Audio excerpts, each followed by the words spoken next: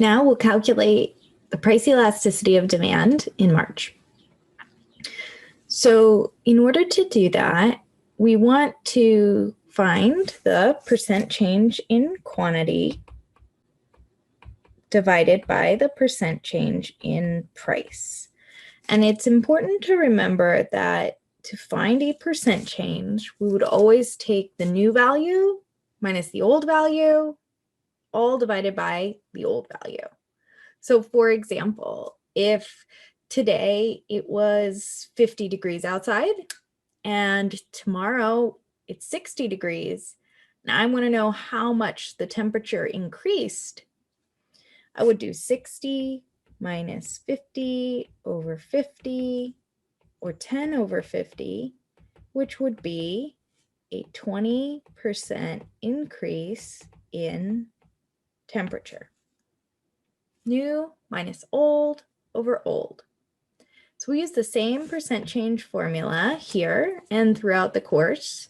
So you'll want to keep that in mind. New minus old over old. All right, so first we'll find the numerator percent change in sales from March to April. So you can see that sales decreased from 40 to 30.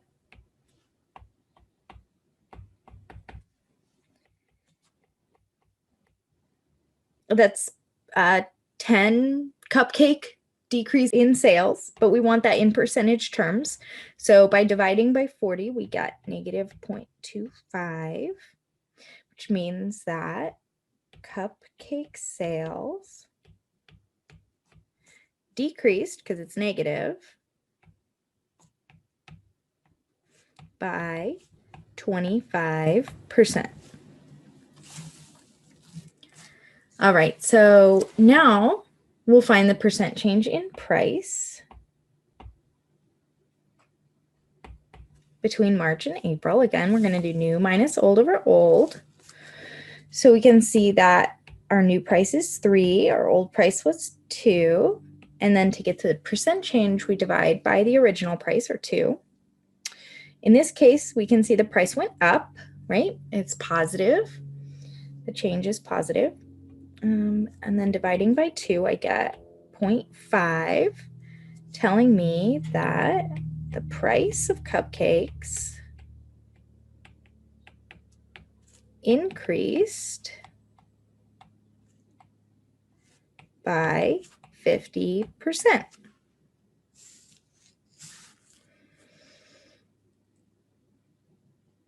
And now we'll put that all together into our elasticity fraction here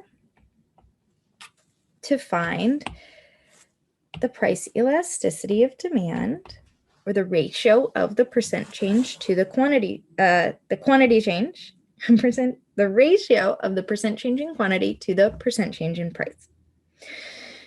So the quantity decreased by 25% in response to a 50% increase in price, which means that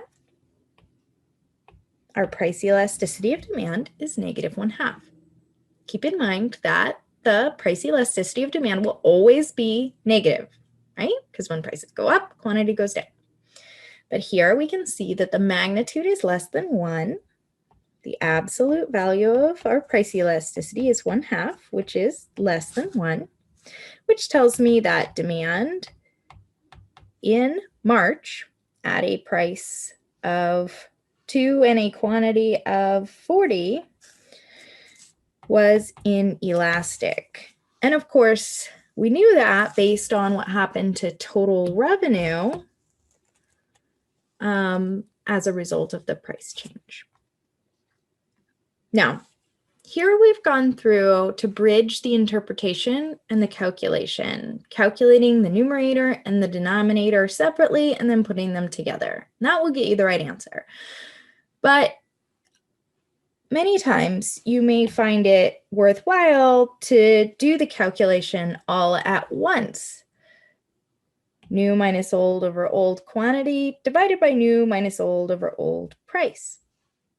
So here, let me show you the simplified version of this calculation.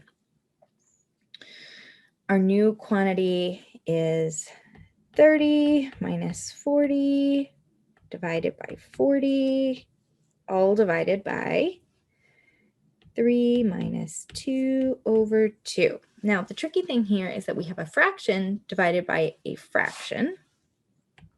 So we need to remember how to simplify that.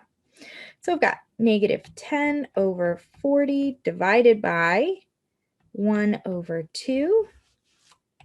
The numerator here is, of course, negative 1/4. And then instead of dividing by 1/2, I will multiply by the inverse. So remember that when you divide by a fraction, it's the same as multiplying by the inverse of that fraction. So flip it over, 2 over 1, and multiply.